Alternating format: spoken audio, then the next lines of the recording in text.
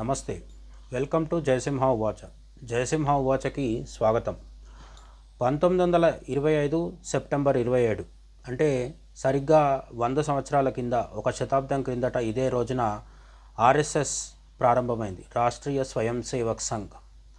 ఈ రాష్ట్రీయ స్వయం సేవక్ సంఘ్ ప్రారంభమయ్యి 100 సంవత్సరాలు అయిన సందర్భంగా ఈ 100 సంవత్సరాలలో ఏ సంవత్సరం ఏం జరిగింది, నాగ్పూర్లో జస్ట్ ఒక 5-6 కూర్చొని మాట్లాడుకుంటే ఆ మీటింగ్లోంచి పుట్టిన ఒక స్వచ్ఛంద సేవా సంస్థ ఈరోజు ప్రపంచంలోనే అతిపెద్ద ప్రభావవంతమైన ఒక గొప్ప శక్తిగా మారింది.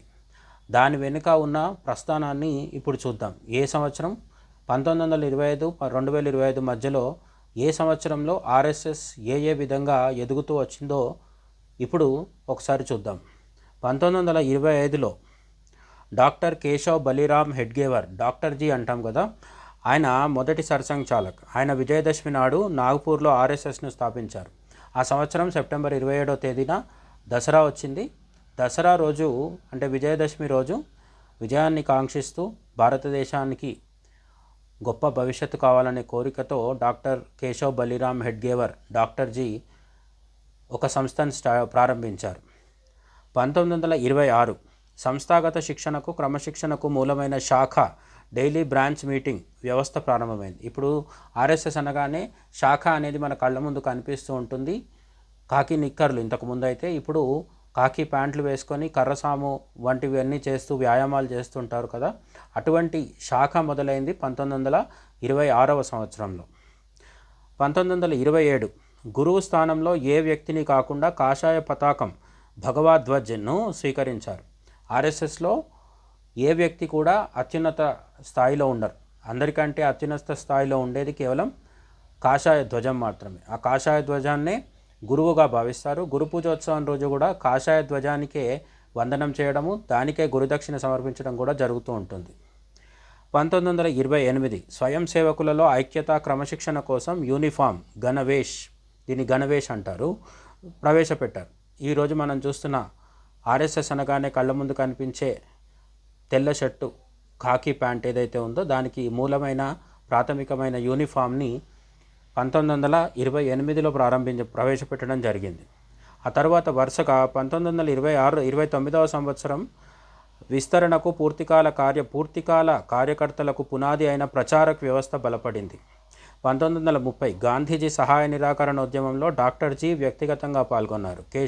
డాక్టర్ కేశవ్ బలిరామ్ హెడ్గేవర్ జీ వ్యక్తిగతంగా పాల్గొన్నారు కానీ ఆర్ఎస్ఎస్ అనే సంస్థగా అందులో ఎటువంటి పాత్రను పోషించలేదు.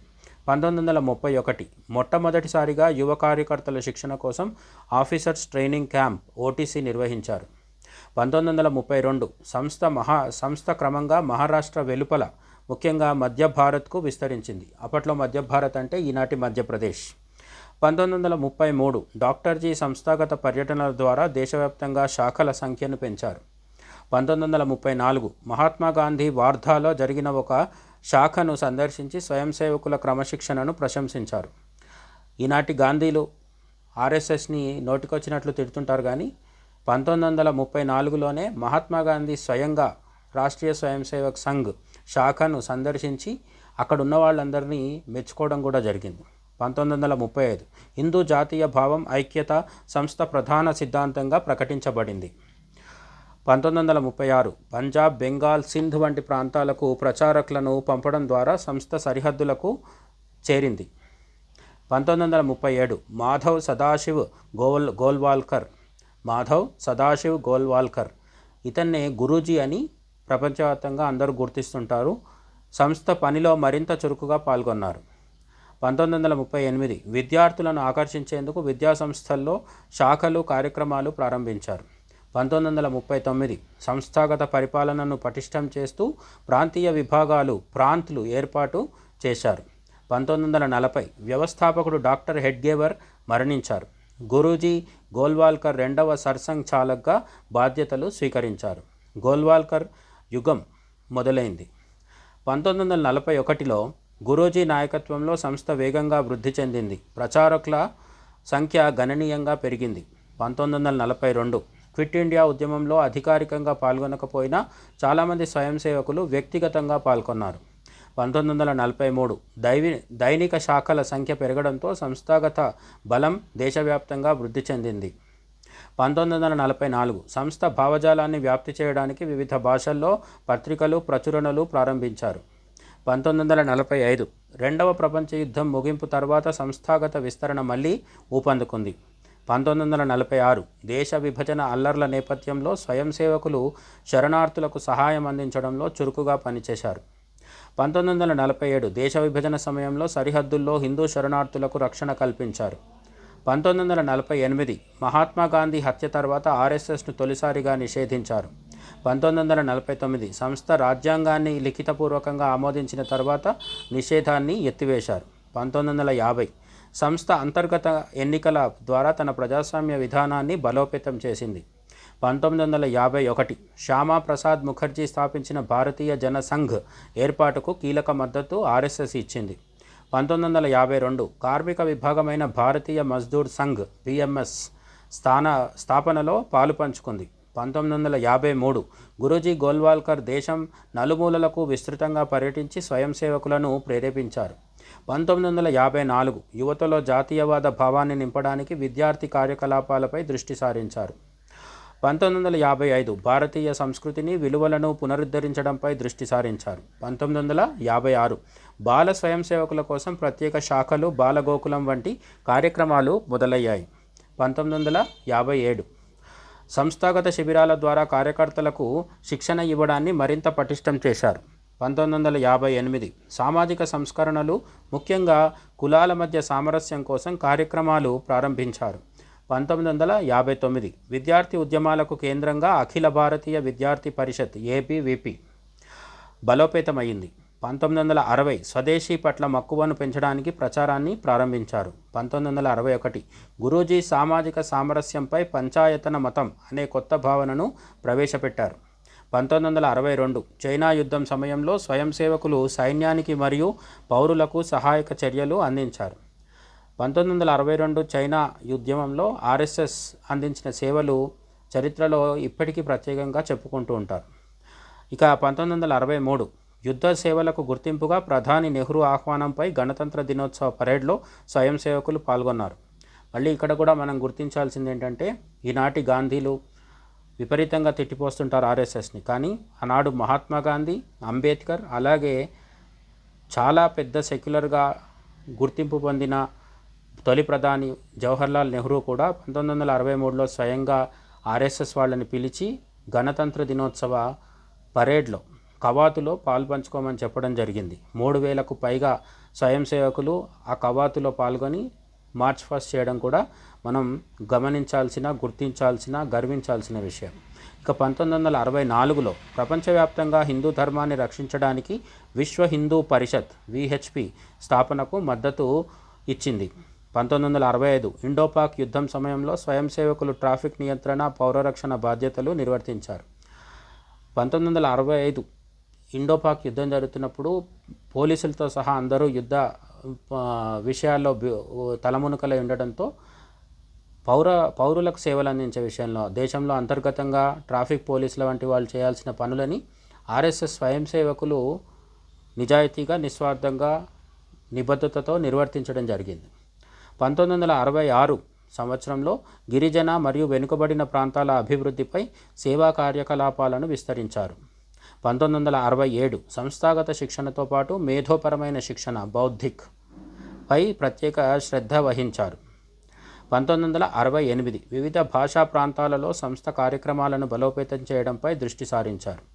1969 గ్రామీణ ప్రాంతాల్లో ఏకాత్మతా యాత్రలు నిర్వహించి సామాజిక ఐక్యతను ప్రోత్సహించారు. 1970 హిందూ ఏకీకరణ మరియు జాతీయ పునర్నిర్మాణం అనే లక్ష్యంపై సంస్థ అంతర్గత చర్చలు జరిపింది. 1971 బంగ్లాదేశ్ యుద్ధ సమయంలో శరణార్థులకు సహాయం అందించారు. 1972 పేదరికంలో ఉన్నవారికి సేవ చేయడానికి అంకితమైన సంస్థ సేవాభారతి విస్తరణ ప్రారంభమైంది. 1973 గురూజీ గోల్వాల్కర్ మరణం. మధుకర్ దత్తాత్రేయ దేవరస్, బాలాసాహెబ్ దేవరస్ 3వ సర్సంఘ్ చాలక్గా బాధ్యతలు స్వీకరించారు. మొదటి సర్సంఘచాలక్ డాక్టర్ కేశవ్ బలిరామ్ హెడ్గేవర్, రెండో ఆయన గోల్వాల్కర్జీ అంటే గురూజీ, మూడో సర్సంఘచాలక్గా మధుకర్ దత్తాత్రేయ దేవరస్, ఈయననే బాలాసాహెబ్ దేవరస్ అని కూడా అంటారు. ఈయన మూడవ సర్సంఘచాలక్గా బాధ్యతలు నిర్వహించారు. 1974 అంటరానితనంపై సామాజిక అసమానతలపై పోరాటం చేయాలని బాలాసాహెబ్ దేవరస్ పిలుపునిచ్చారు. ఎమర్జెన్సీ మరియు రాజకీయాల వైపు మలుపు అంటే 1975 1999 మధ్య ఏం జరిగిందో ఇప్పుడు ఒకసారి చూద్దాం. 1975 ఇందిరాగాంధీ విధించిన ఎమర్జెన్సీ కారణంగా ఆర్ఎస్ఎస్ను రెండవసారి నిషేధించారు. ఒకసారి మహాత్మా గాంధీ మరణం తర్వాత, హత్య తర్వాత నిషేధించారు. కానీ మహాత్మా గాంధీ హత్యలో ఆర్ఎస్ఎస్కు ప్రమేయం కానీ ఎటువంటి కుట్రలో భాగం కానీ లేదని కోర్టులు తేల్చడంతో బేషరతుగా ఆర్ఎస్ఎస్పై ఉన్న నిషేధాన్ని ఎత్తివేయడం జరిగింది. ఇప్పుడు రెండోసారి 1975లో ప్రజాస్వామ్యాన్ని కాలరాస్తూ ఇందిరాగాంధీ ఆర్ఎస్ఎస్తో సహా అన్ని సంస్థలు అన్ని వ్యవస్థల మీద పట్టు బిగించడంతో ఆర్ఎస్ఎస్పై రెండోసారి నిషేధం విధించడం జరిగింది 1975లో. 1976 స్వయం సేవకులు ప్రజాస్వామ్యాన్ని పునరుద్ధరించడానికి అజ్ఞాతంలో ఉండి సత్యాగ్రహం చేశారు. 1975లో మొదలైన ఎమర్జెన్సీ తర్వాత కాలంలో అనేక నెలల పాటు కొనసాగింది. ఆ సమయంలో ఇప్పుడున్న మన ప్రస్తుత గౌరవనీయ మాననీయ ప్రధాని నరేంద్ర మోడీ కూడా అనేక మారువేషాల్లో, ఒక సిక్కు వ్యక్తిగా ఈ విధంగా రకరకాల మారువేషాల్లో ఎంతో రిస్క్ చేస్తూ అనేక ప్రాంతాలు తిరుగుతూ ఇందిరాగాంధీ విధించిన ఎమర్జెన్సీ, అప్రజాస్వామికమైన ఎమర్జెన్సీకి వ్యతిరేకంగా అనేక పోరాటాలు అనేక వ్యూహాల్లో అమలు చేయడం జరిగింది. ఆ టైంలో మోదీలాగా కొన్ని వేల మంది దేశవ్యాప్తంగా ఆర్ఎస్ఎస్ కార్యకర్తలు స్వయం సేవకులు ఎమర్జెన్సీ వ్యతిరేక పోరాటంలో ప్రత్యక్షంగా పరోక్షంగా పాల్గొనడం జరిగింది. 1977వ సంవత్సరానికి వస్తే ఎమర్జెన్సీ ఎత్తివేత, నిషేధం తొలగింపు తర్వాత సంస్థ ప్రభావం ప్రజాదరణ పెరిగింది. 1978 సంస్థాగత శిబిరాల ద్వారా ఎమర్జెన్సీ అనంతర కార్యకర్తలకు శిక్షణ ఇచ్చారు. 1979 దేశ పునర్నిర్మాణంపై దృష్టి సారించి సంస్థ తన పనిని పునఃప్రారంభించింది. 1980 జనతా పార్టీ చీలిపోయిన తర్వాత భారతీయ జనతా పార్టీ బీజేపీ స్థాపనకు పరోక్ష మద్దతు ఇచ్చింది. 1981 గిరిజన సంక్షేమంపై వనవాసీ కళ్యాణ్ ఆశ్రమం ద్వారా దృష్టి సారించింది. 1982 సామాజిక సామరస్యం పెంపొందించడానికి సామాజిక సమరసతా మంచ్ స్థాపనకు మద్దతు ఇచ్చింది. 1983 హిందువులు సిక్కుల మధ్య ఐక్యత కోసం పంజాబ్లో ప్రయత్నాలు చేసింది. 1984 విహెచ్పి ఆధ్వర్యంలో రామజన్మభూమి ఉద్యమం ప్రారంభమైంది. 1985 రాజకీయాల్లోకి వచ్చిన స్వయం సేవకుల కోసం ప్రత్యేకంగా సమన్వయ సమావేశాలు నిర్వహించారు. 1986 రామజన్మభూమి ఉద్యమానికి స్వయం సేవకుల సమీకరణను పెంచారు. 1987 యువత మరియు గ్రామీణ ప్రాంతాల స్వయం సేవకుల సంఖ్య గణనీయంగా పెరిగింది. 1988 హిందూ కుటుంబ వ్యవస్థ మరియు సాంస్కృతిక విలువలను పరిరక్షించడంపై దృష్టి సారించారు. 1989 రామమందిర నిర్మాణం కోసం అయోధ్యలో శిలాన్యాస్ శంకుస్థాపన కార్యక్రమం జరిగింది. 1990 ఎల్కే అద్వానీ యొక్క సోమనాథ్ అయోధ్య రథయాత్రకు సంస్థ పూర్తిగా మద్దతు ఇచ్చింది. 1991 సంఘ్ పరివార్ యొక్క అనుబంధ సంస్థల మధ్య సమన్వయాన్ని బలోపేతం చేశారు. 1992 బాబ్రీ మసీదు కూల్చివేత తర్వాత ఆర్ఎస్ఎస్ను మూడవసారి నిషేధించారు. మొదటిసారి గాంధీజీ మరణించినప్పుడు, రెండోసారి ఇందిరాగాంధీ ఎమర్జెన్సీ విధించినప్పుడు అండ్ ఇప్పుడు మూడోసారి బాబ్రీ మసీదు కూల్చివేత తర్వాత డిసెంబర్ 6, 1992 తర్వాత ఆర్ఎస్ఎస్ను మూడోసారి కాంగ్రెస్ ప్రభుత్వమే నిషేధించడం జరిగింది. 1993 నిషేధం తొలగింపు తర్వాత సమాజంలో శాంతి సామరస్యం కోసం సంస్థ కృషి చేసింది. 1994 బాలాసాహెబ్ దేవరస్ రాజీనామా, రాజేంద్ర సింగ్, ఇతన్నే రజ్జు భయ్యా అని అంటారు, 4వ సర్సంఘచాలక్గా బాధ్యతలు స్వీకరించారు.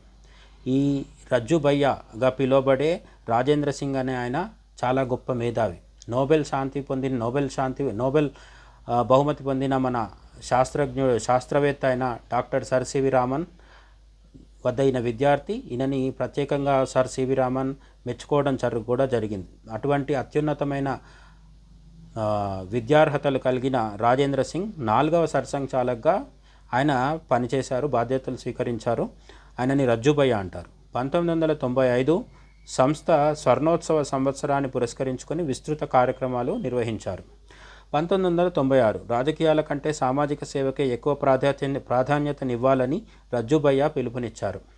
1997 సేవాభారతి ఆధ్వర్యంలో గ్రామీణ మరియు పేదలకు సేవలందించే ప్రాజెక్టుల సంఖ్య పెరిగింది. 1998 అటల్ బిహారీ వాజ్పేయి నేతృత్వంలో బీజేపీ కేంద్రంలో అధికారం చేపట్టింది. భారతదేశ చరిత్రలో వాజ్పేయి ఆర్ఎస్ఎస్ తరఫున ప్రధానమంత్రి పదవిని అలంకరించిన మొట్టమొదటి నాయకుడు.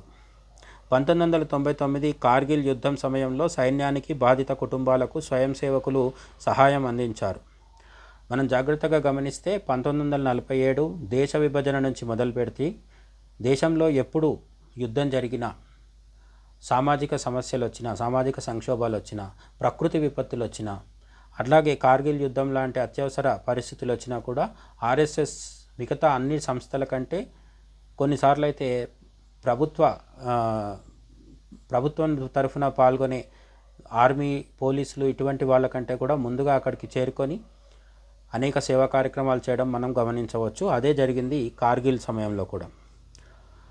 ఇక 2000 సంవత్సరం కొత్త సహస్రాబ్ది మొదలవుతున్న సందర్భంగా, న్యూ మిలీనియం స్టార్ట్ అవుతున్న సందర్భంగా 2000 సంవత్సరంలో రజ్జుభయ్య రాజీనామా చేశారు. కెఎస్ సుదర్శన్ 5వ సర్సంఘచాలక్గా బాధ్యతలు స్వీకరించారు.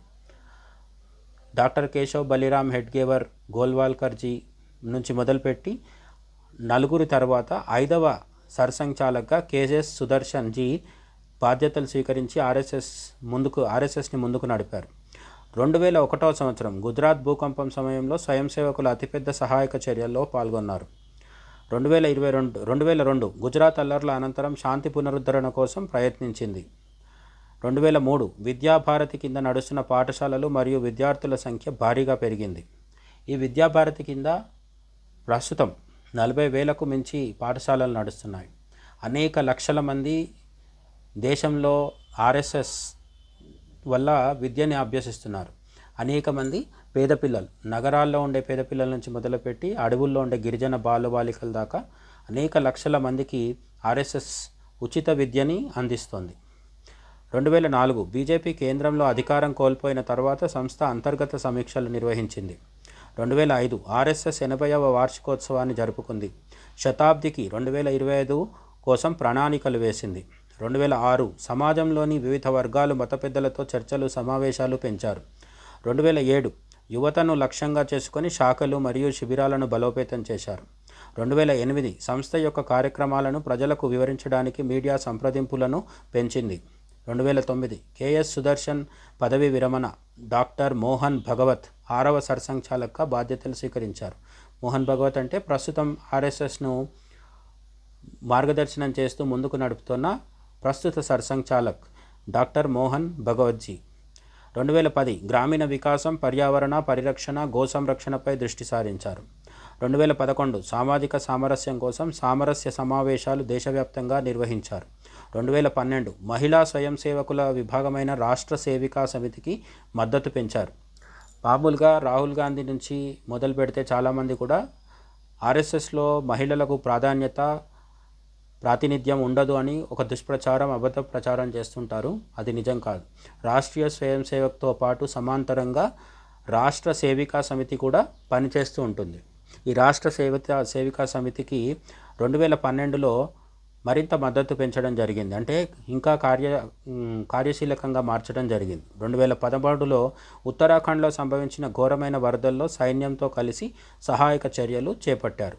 2014 నరేంద్ర మోదీ పూర్వ ప్రచారక్ నేతృత్వంలో బీజేపీ కేంద్రంలో అధికారం చేపట్టింది.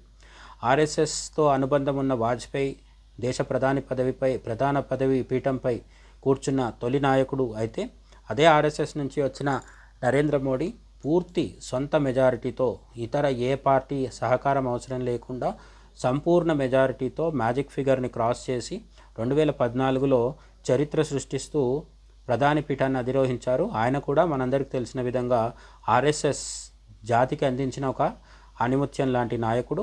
ఆయన పూర్తి స్థాయి ప్రచారకగా, తర్వాత బీజేపీ నాయకుడిగా పనిచేసి స్వయం కృషితో గుజరాత్లోని ఒక చిన్న పల్లెటూరు నుంచి ఢిల్లీని ఏలేదాకా ఆయన ఎదుగుతూ వచ్చారు. 2015 సంస్థ 90వ వార్షికోత్సవాన్ని జరుపుకుంది. సంస్థాగత విస్తరణపై దృష్టి పెట్టింది. 2016 శాఖల యూనిఫామ్ను ఖాకీ నిక్కర్ల నుండి బ్రౌన్ ప్యాంట్లకు మార్చారు. 2017 సంస్థ యొక్క ఆలోచనలకు మేధావులు మరియు విదేశీ ప్రతినిధులకు వివరించడానికి చర్యలు చేపట్టారు. ఆర్ఎస్ఎస్ యొక్క ఆలోచనలను మేధావులు మరియు విదేశీ ప్రతినిధులకు వివరించడానికి చర్యలు చేపట్టారు. ఎందుకంటే చాలా వరకు ఆర్ఎస్ఎస్ అంటే ఏంటో తెలియకుండా ఏనాడు కూడా ఆర్ఎస్ఎస్ కార్యాలయంలో కానీ శాఖలో కానీ కాలు పెట్టకుండా ఏ ఆర్ఎస్ఎస్ని అయితే మహాత్మా గాంధీ, అంబేద్కర్, ఇందిరాగాంధీ, నెహ్రూ కూడా ప్రశంసించారో అటువంటి ఆర్ఎస్ఎస్ని మతోన్మాద సంస్థ అంటూ చాలామంది దుష్ప్రచారాలు చేస్తూ ఉంటారు. అటువంటి అజ్ఞానంలో కానీ లేదంటే భ్రమల్లో కానీ ఉన్న వాళ్ళకి కొంత వివరించడం కోసం మేధావులతో విదేశీ ప్రతినిధులతో కూడా మీటింగ్స్ పెట్టడం జరిగింది. 2018 ఢిల్లీలో ఫ్యూచర్ ఆఫ్ ఇండియాపై మోహన్ భగవత్ చేసిన కీలకోపన్యాసం జాతీయ దృష్టిని ఆకర్షించింది. 2019 బీజేపీ కేంద్రంలో రెండవసారి భారీ విజయాన్ని సాధించడంతో సంస్థ ప్రభావం మరింత పెరిగింది. 2020 కోవిడ్-19 మహమ్మారి సమయంలో సేవాభారతి ద్వారా దేశవ్యాప్తంగా లక్షలాది మందికి సహాయం అందించారు. కోవిడ్ సమయంలో కేవలం సహాయం అందించడం మాత్రమే కాదు, కోవిడ్ సహాయక చర్యల్లో పాల్గొన్న అనేక మంది స్వయం సేవకులు కూడా ఆ వైరస్ బారిన పడి అకాల మరణం పాలవ్వాల్సి వచ్చింది. దేశం కోసం ప్రాణాలు అర్పించిన కోవిడ్ వారియర్స్లో ఆర్ఎస్ఎస్ వాళ్ళు కూడా ఉన్నారని మనం సగర్వంగా చెప్పుకోవచ్చు. ఇది అబద్ధం కాదు, వాట్సాప్ యూనివర్సిటీ అసలే కాదు, నిజంగా ఆధారాలతో ఉన్న లెక్కలు మనకు చెప్తున్నాయి. 2021 కోవిడ్-19 సెకండ్ వేవ్ సమయంలో ఆక్సిజన్, రక్తదానం మరియు వైద్య సహాయానికి స్వయం సేవకులు కృషి చేశారు. 2022 సమాజంలోని ప్రతి వర్గాన్ని ఏకం చేసే లక్ష్యంతో సంస్థాగత కార్యక్రమాలు విస్తరించారు. 2023 అయోధ్య రామమందిర నిర్మాణ పనుల వేగవంతానికి సంస్థ భాగస్వామ్యం పెరిగింది.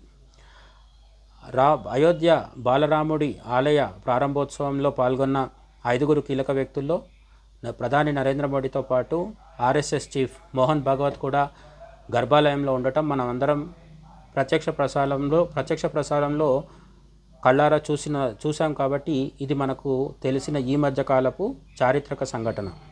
2024 సంస్థ శతాబ్ది ఉత్సవాలకు 2025 సంస్థ శతాబ్ది ఉత్సవాలకు సన్నాహాలు ప్రారంభమయ్యాయి. కొత్త లక్ష్యాలు ప్రకటించారు.